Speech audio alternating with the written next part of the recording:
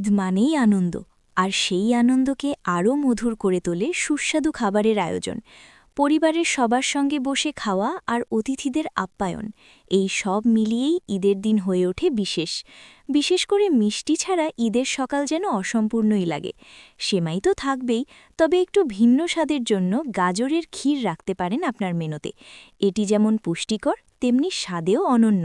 খাবার টেবিলে এনে দেবে নতুনত্ব ও উৎসবের রং। উপকরণ: গ্রেট করা গাজর হাফ কেজি, দুধ 1 লিটার, ঘি 2 টেবিল চামচ, কনডেন্সড মিল্ক হাফ কাপ, চিনি হাফ কাপ, স্বাদমতো কম বেশি করা যাবে, এলাচ ও দারচিনি 2-3টি করে, লাচ্ছা সেমাই হাফ কাপ, পেস্তা, কাজু বাদাম ও কিশমিশ পরিমাণ মতো।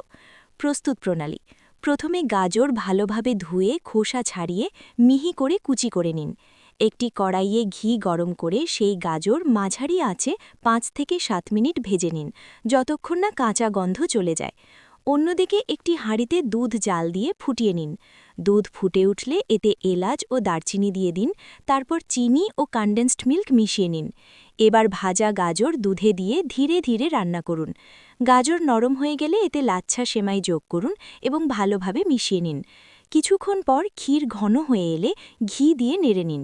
সবশেষে কিশমিশ, কাজু বাদাম ও পেস্তা ছড়িয়ে নামিয়ে নিন। একটু ঠান্ডা হলে সুন্দরভাবে সাজিয়ে পরিবেশন করুন। চাইলে গরম বা ঠান্ডা দুইভাবেই পরিবেশন করা যায়। ঈদের সকালে এটি সেমাইয়ের পাশাপাশি একটি দারুণ নতুন সংযোজন হবে।